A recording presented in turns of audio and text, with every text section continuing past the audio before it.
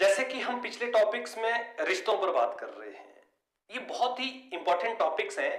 रिश्तों में दरार पड़ने की वजह से हम अपनी जिंदगी के सभी सुख चैन को खो देते हैं और कई बार हम रिश्तों को ठीक करने के लिए भी काम करते हैं। हमें लगता है कि रिश्ते को ठीक कर लेना चाहिए, लेकिन बहुत सारी कोशिशों के बाद भी रिश्ता ठीक नहीं हो रहा है, तो क्या करें? अब रिश्ता ऐसा है कि उसको छोड़ नहीं सकते, रिश्ता ऐसा है कि उसको हटा नहीं सकते, क्योंकि कुछ रिश्ते ऐसे होते हैं। जैसे देखिए, जिंदगी में कहते हैं पति पत्नी का रिश्ता भले कितना मुश्किल है छोड़ना, लेकिन फिर भी छोड़ा जा सकता है, छोड़ते हैं लोग। और ज्यादा मुझे लगता है कि उसमें कोई बहुत बड़ी बदनामी भी व्यक्ति की नहीं होती है कि यार तूने उसने अपनी पत्नी को छोड़ दिया, उसने अपने पति को छोड़ दिया, इट्स अ पार्ट ऑफ। लेकिन भाई बहनों को छोड़ना भी कोई बड़ा मुश्किल कार्य नहीं होता है। छोड़ देता आदमी, भाई दो भाइयों की दो बहनों की नहीं बन रही, बात खत्म हो गई। सास ससुर को भी लोग छोड़ देते हैं, कह रहा ठीक है जी, सास ससुर के साथ नहीं बनी, उनका दामाद चला गया छोड़कर, या उनकी बहू चली गई छोड़कर, यही हो सकता है। लेकिन कुछ रिश्ते ऐसे होते हैं जिनको छोड़ना इम्पॉसिबल होता है। दोनों जगह पे इमोशंस कनेक्ट होते हैं। पहला रिश्ता है मां बाप का और दूसरा रिश्ता है बच्चों का। मां बाप के लिए बच्चों को छोड़ना मुश्किल होता है और बच्चों के लिए मां बाप को छोड़ना मुश्किल होता है। मैं देखिए, आप इसको थोड़ा अलग वे में मत लीजिए, यानी मुझे मेरे बच्चों को छोड़ना मुश्किल हो जाएगा और मुझे मेरे मां बाप को छोड़ना मुश्किल हो जाएगा। मेरे लिए दोनों ही परिस्थितियां जो हैं, सेंटर पे अगर मैं देखूं तो मुश्किल हो जाती हैं।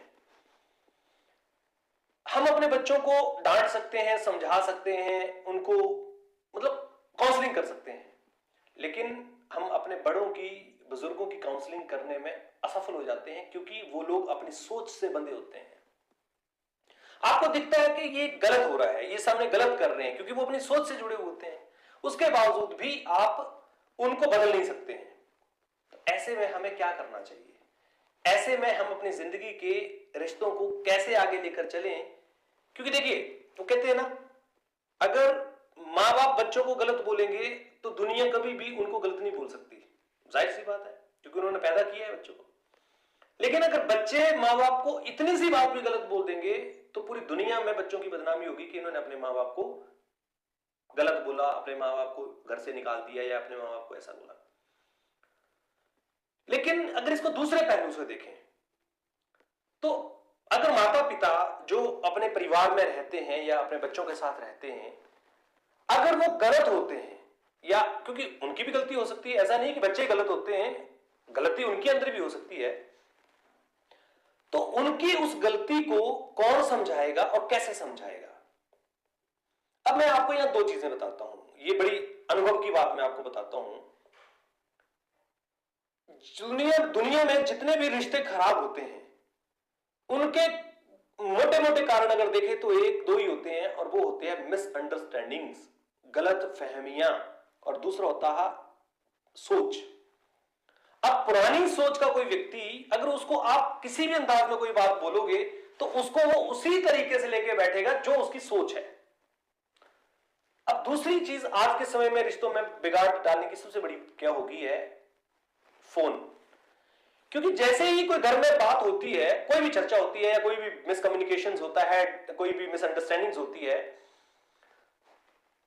हम इमीडिएटली उस बात की चर्चा अपने किसी सलाहकार से कर देते हैं, चाहे वो बच्चे करते हैं या चाहे माँ बाप करते हैं। जैसे मैंने देखा है कि माँ बाप जो है वो फटाफट अपनी बहनों से, अपने भाइयों से या ऐसे लोगों से कर देंगे, और बेटे बहू जो है वो कहीं ना कहीं अपनी पत्नी से, अपने मायके में अपनी बहन से, अपनी मतलब दोनों रिश्तों में पैरेलल कहीं कहीं दूसरे से बात कर लेंगे। अब देखिए, यहां पर बड़ा जरूरी होता है, मैं उन लोगों को खासकर ये बात करना चाहता हूं जिनको कोई भी व्यक्ति किसी भी रिश्तेदार के प्रति, अपने परिवार के प्रति कोई बात बोले तो सामने वाले व्यक्ति की क्या रिटर्न उसको रिवर्ट होनी चाहिए, क्या उसको सलाह होनी चाहिए। अक्सर ज्यादातर लोग सलाह ये देते हैं कि उनकी बात को सुनते हैं और उनको दो चार बातें और बीच में उनके तरीके से सुन के नमक मिर्च मसाला लगा के परोस देते हैं, जबकि इस बात को होना उल्टा चाहिए था कि अगर मान लीजिए मेरे किसी परिवार के व्यक्ति ने, या मेरी पत्नी ने, या मैंने, या अपने किसी रिश्तेदार से बात कर ली कि ऐसे ऐसे घटना हुई, तो उस रिश्तेदार का या मेरे माँ बाप ने आगे अपने किसी भाई बहन से बात कर ली कि ऐसे ऐसे घटना हुई, तो जो सेकंड पार्टी है उनका क्या रोल बनता था इनको बताना कि ठीक है हम इस पे बात करेंगे और दोनों पक्षों को समझने के बाद में दोनों पक्षों को बिठाएंगे और देखेंगे किसकी क्या गलती है, उसके बाद हम कोई फैसला लेंगे। क्योंकि देखिए फर्क क्या होता है, जो सलाहकार होता है ना, सलाहकार, वो सलाहकार कौन है इससे फर्क पड़ता है। अब मैं आपको इसका एग्जांपल देता हूं, थोड़ा वीडियो लंबा हो जाएगा लेकिन समझिएगा जरूर। दुर्योधन का सलाहकार कौन था? शकुनी। और अर्जुन का सलाहकार कौन था? भगवान कृष्ण। अब इसको थोड़ा गौर से समझिएगा। दुर्योधन के सलाहकार शकुनी था, तो वहां पर सभ्य लोग भी, पढ़े लिखे लोग यानी कि महान लोग भी उस सलाह के आगे काम नहीं कर पाए। जैसे भीष्म पितामह, गुरु द्रोणाचार्य, ऐसे महान लोग भी उस संगत में उस सलाहकार की जगह नहीं ले पाए और इसलिए दुर्योधन का विनाश हो गया। नोट करिएगा। दूसरी तरफ अर्जुन के जो सलाहकार थे भगवान कृष्ण थे, वहां पर बड़े बड़े धनुर्धर, बड़े बड़े लोग भी आए होंगे, लेकिन अर्जुन को कृष्ण भगवान की सलाह मिली तो उसका इतिहास में नाम लिखा गया। दोस्तों फर्क सलाह का होता है। मैं उन सभी लोगों को यह बोलना चाहता हूं जो परिवारों में इन छोटे छोटे कलेशों, इन लड़ाइयों की वजह से अपनी बातों को आगे तक पहुंचाते हैं, चाहे वो इस पक्ष के हैं चाहे इस पक्ष में हैं, बिल्कुल बंद कर दीजिए। क्योंकि आपको कोई भी व्यक्ति आपके घर को बसाने की सलाह नहीं दे सकता, ये दैट श्योर है। क्योंकि चेक कर लीजिएगा, जिस व्यक्ति को आप ये बात बता रहे हो उसके घर में भी यही समस्या चल रही होगी, उसके घर में भी यही रोना होगा। फिर जिसके घर में खुद में ही रोना हो रहा होगा वो आपके घर को कैसे बना सकता है? इसलिए आपके घर को बनाने वाला केवल और केवल अगर कोई व्यक्ति है तो आप हैं। आपको अपनी बात को, अपनी गलतियों को समझकर, एनालाइज करके, अगर सामने वाले की गलतियां भी हैं तो उसको भूलकर, और इस वाले व्यक्ति को भी सामने वाली गलतियों को भूलकर परिवार को चलाया जा सकता है।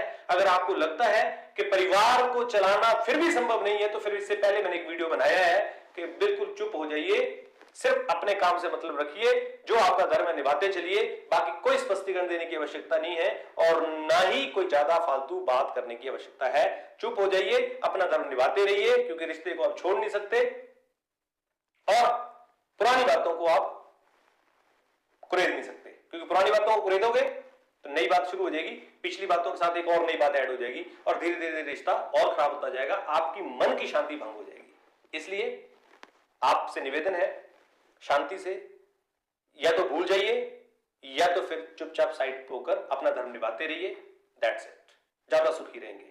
अन्यथा आप और परेशान हो रहेंगे और जिंदगी में और आप समस्याओं में घिरते चलेंगे, रोज नई बात में रोज आपकी लड़ाई होगी और आप अपनी जिंदगी के बाकी कार्यों में भी फोकस नहीं कर पाएंगे। इसलिए स्पष्टीकरण देना बंद कीजिए, खुश करना बंद कर दीजिए, खुद को सही रखिए, आप हमेशा आगे बढ़ेंगे। बहुत बहुत धन्यवाद। अगर वीडियो आपको अच्छा लगा तो जरूर लाइक कीजिए, क्योंकि ये जो टॉपिक है ना बेसिकली बहुत लंबा है, इस पे ये छोटा बात नहीं है, लेकिन मैंने सिर्फ मोटी मोटी बात की है कि रीजंस क्या होते हैं और किस तरह से आप इसका समाधान कर सकते हैं। तो चलिए मिलते रहेंगे इसी तरह से। Thank you very much.